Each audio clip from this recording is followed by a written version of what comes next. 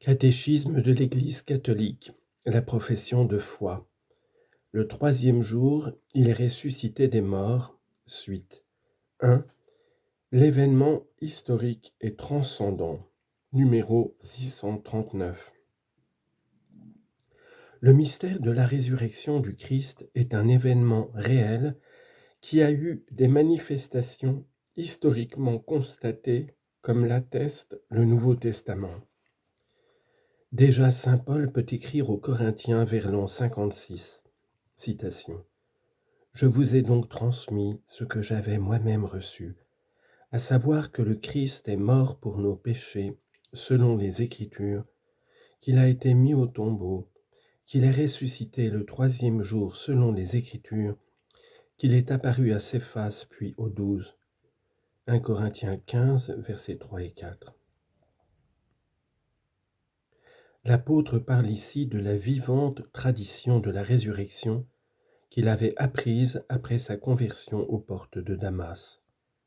Actes chapitre 9, versets 3 à 18. Le tombeau vide. Pourquoi chercher le vivant parmi les morts? Il n'est pas ici, mais il est ressuscité. Luc 24, versets 5 et 6. Dans le cadre des événements de Pâques, le premier élément que l'on rencontre est le sépulcre vide. Il n'est pas en soi une preuve directe. L'absence du corps du Christ dans le tombeau pourrait s'expliquer autrement. Malgré cela, le sépulcre vide a constitué pour tous un signe essentiel. Sa découverte par les disciples a été le premier pas vers la reconnaissance du fait même de la résurrection. C'est le cas des saintes femmes d'abord, puis de Pierre. Le disciple que Jésus aimait, Jean chapitre 20 verset 2, affirme qu'en entrant dans le tombeau vide et en découvrant les linges gisant à terre, verset 6 de Jean 20, il vit et il crut, Jean chapitre 20 verset 8. Cela suppose qu'il est constaté dans l'état du sépulcre vide que l'absence du corps de Jésus n'a pas pu être une œuvre humaine et que Jésus n'était pas simplement revenu à une vie terrestre comme cela avait été le cas de Lazare. Jean chapitre 11. Les apparitions du ressuscité. Marie de Magdala et les saintes femmes qui venaient achever d'embaumer le corps de Jésus, enseveli à la hâte, à cause de l'arrivée du sabbat, le soir du vendredi saint, ont été les premières à rencontrer le ressuscité. Ainsi les femmes furent les premières messagères de la résurrection du Christ pour les apôtres eux-mêmes. Confère Luc chapitre 24 versets 9 à 10. C'est à eux que Jésus apparaît ensuite, d'abord à Pierre puis aux 12. Pierre, appelé à confirmer la foi de ses frères, voit donc le ressuscité avant eux, et c'est sur son témoignage que la communauté s'écrie « C'est bien vrai, le Seigneur est ressuscité et il est apparu à Simon ». Luc chapitre 24, verset 34. Tout ce qui est arrivé dans ces journées pascales engage chacun des apôtres, et Pierre tout particulièrement, dans la construction de l'ère nouvelle qui a débuté au matin de Pâques. Comme témoin du ressuscité, il demeure les pierres de fondation de son Église. La foi de la première communauté des croyants est fondée sur le témoignage d'hommes concrets, connus des chrétiens, et pour la plupart vivant encore parmi eux. Ces témoins de la résurrection du Christ sont avant tout Pierre et les 12, mais pas seulement eux. Paul parle clairement de plus de 500 personnes auxquelles Jésus est apparu en une seule fois, en plus de Jacques et de tous les apôtres. Confère 1 Corinthiens 15, versets 4 et 8. Devant ces témoignages, il est impossible d'interpréter la résurrection du Christ en dehors de l'ordre physique et de ne pas la reconnaître comme un fait historique. Il résulte des faits que la foi des disciples a été soumise à l'épreuve radicale de la passion et de la mort en croix de leur maître annoncée par celui-ci à l'avance. La secousse provoquée par la passion fut si grande que les disciples, tout au moins certains d'entre eux, ne crurent pas aussitôt à la nouvelle de la résurrection. Loin de nous montrer une communauté saisie par une exaltation mystique, les évangiles nous présentent les disciples abattus, le visage sombre. Luc chapitre 24 verset 17 et effrayés.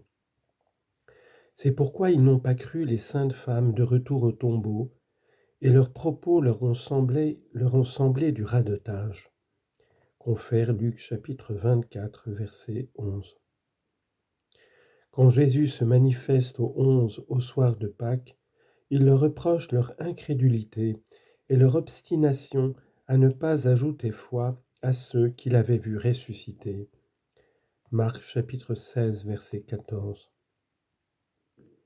Même mis devant la réalité de Jésus ressuscité, les disciples doutent encore, tellement la chose leur paraît impossible. Ils croient voir un esprit. Dans leur joie, ils ne croient pas encore et demeurent saisis d'étonnement. Confère Luc chapitre 24 verset 41. Thomas connaîtra la même épreuve du doute, et lors de la dernière apparition en Galilée rapportée par Matthieu, citation, certains pourtant doutèrent. Matthieu chapitre 28 verset 17. C'est pourquoi l'hypothèse selon laquelle la résurrection aurait été un produit de la foi ou de la crédulité des apôtres est sans consistance. Bien au contraire, leur foi dans la résurrection est née sous l'action de la grâce divine, de l'expérience directe de la réalité de Jésus ressuscité. L'état de l'humanité ressuscitée du Christ. Jésus ressuscité établit avec ses disciples des rapports directs à travers le toucher et le partage du repas. Il les invite par là à reconnaître qu'il n'est pas un esprit, mais surtout à constater que le corps ressuscité avec lequel il se présente à eux est le même qui a été martyrisé et crucifié, puisqu'il porte encore les traces de sa passion. Ce corps authentique et réel possède pourtant en même temps les propriétés nouvelles d'un corps glorieux. Il n'est plus situé dans l'espace et le temps, mais peut se rendre présent à sa guise où et quand il veut. Car son humanité ne peut plus être retenue sur terre et n'appartient plus qu'au domaine divin du Père. Pour cette raison aussi, Jésus ressuscité est souverainement libre d'apparaître comme il veut, sous l'apparence d'un jardinier ou sous d'autres traits. Confère Matthieu chapitre 16 verset 12. Que ceux qui étaient familiers aux disciples, afin précisément de susciter leur foi.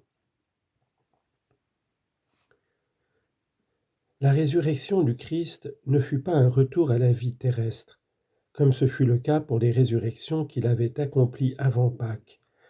La fille de Jaïr, le jeune homme de Naïm, Lazare. Ces faits étaient des événements miraculeux. Mais les personnes miraculées retrouvaient, par le pouvoir de Jésus, une vie terrestre ordinaire. À un certain moment, ils mourront de nouveau. La résurrection du Christ est essentiellement différente. Dans son corps ressuscité, il passe de l'état de mort à une autre vie, au-delà du temps et de l'espace. Le corps de Jésus est, dans la résurrection, rempli de la puissance du Saint-Esprit.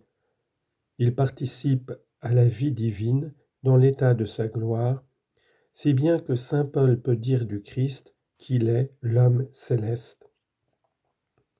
1 Corinthiens, chapitre 15, versets 35 à 50.